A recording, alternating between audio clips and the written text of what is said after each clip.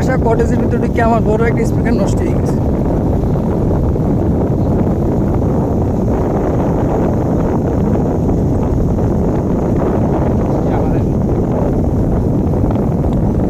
যাই হোক কাইকে নাই লয় কোনো লাভাতে পারে আগে ইয়ার যাবো সেটা নিয়ে দিয়ে যাবো একটু ঘুরবো।